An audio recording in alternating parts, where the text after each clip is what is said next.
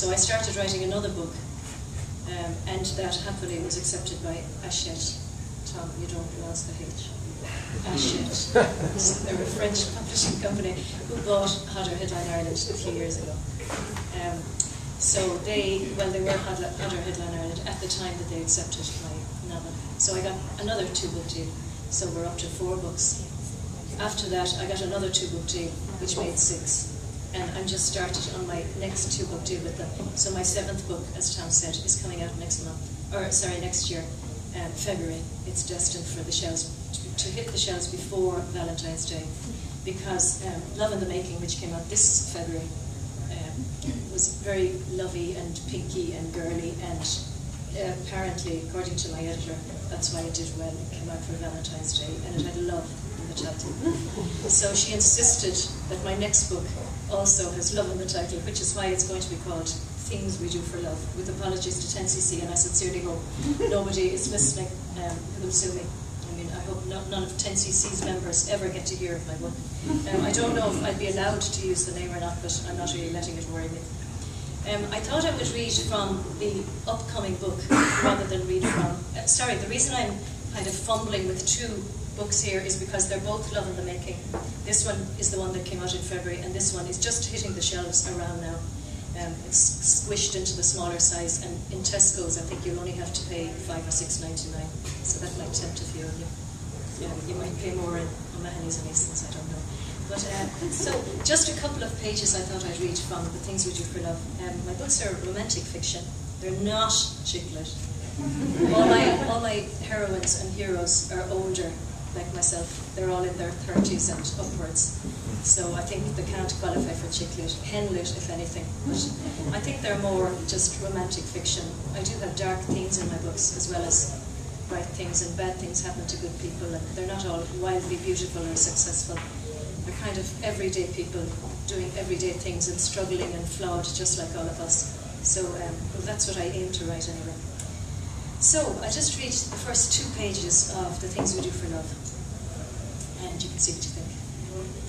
3 unconnected events took place on the morning of September 21st, which fell that year on a Friday.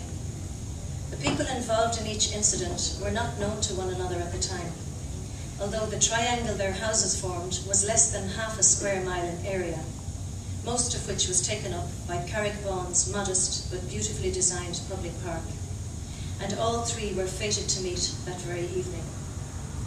The first event occurred just after 8:20, when Anne Curran came out from her kitchen and saw a long white envelope lying on the hall carpet.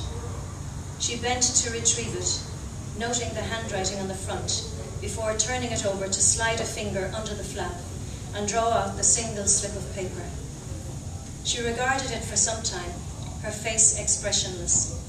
She checked the envelope, but it held nothing more. Eventually, she pressed a button on the answering machine that sat next to the phone on the hall table, and listened to a message that was over 2 months old, eyes still fixed on the slip she held. When the machine clicked off, she remained standing in the hall until the increasingly frantic whistle of the kettle caused her to slide the cheque slowly back into its envelope.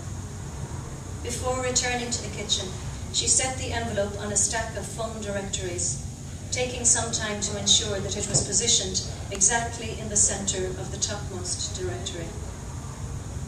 Some minutes later, in the driveway outside Irene and Merton Dillon's red brick detached home, Irene clipped the passenger wing of her Peugeot against the gatepost as she swung out too quickly, causing a small but definite dent in the metal, and leaving flakes of dark green paint embedded in the nubby concrete of the post. Feeling the thud of the contact, Irene swore loudly, but didn't get out to inspect the damage, deciding instead to make straight for the dental appointment she'd almost forgotten, and deal with the car later. The third incident took place as Audrey Matthews made her way on foot to Carrick Vaughan Secondary School, her normal mode of transport being out of commission in the motorcycle repair shop. The morning was fine, and Audrey strolled along, humming a tune she'd heard on the radio, halfway through her second bowl of crunchy nut cornflakes. With each step she took, the green canvas bag slung across her body bumped gently against her well-padded hip, and she glanced now and again into the windows of the various shops that lined her route. And entirely without warning, halfway along a short pedestrianised lane connecting Carrickbon's two main thoroughfares, 37-year-old Audrey saw something that caused her to fall abruptly and profoundly in love. Her heart stopped. Everything stopped for a delicious handful of seconds. And when it could move again, her pink, lip-glossed mouth formed a soft O of complete adoration. She approached the shop window and pressed her palms and nose to the cold glass, and her wide, wide smile caused the tiny, ragged tail of the tousle-haired brown and black pup in the pet carrier inside to wag vigorously as it stood on quivering hind legs and braced itself against the grille at the front of the carrier and yapped soundlessly at her. 3 separate events, 3 different settings, 3 strangers. But for all that, the consequences of these incidents would be far-reaching, and more lives than theirs would be affected within a handful of weeks. Listen. And that's the introduction to The Things We Do for Love. Thank you very much.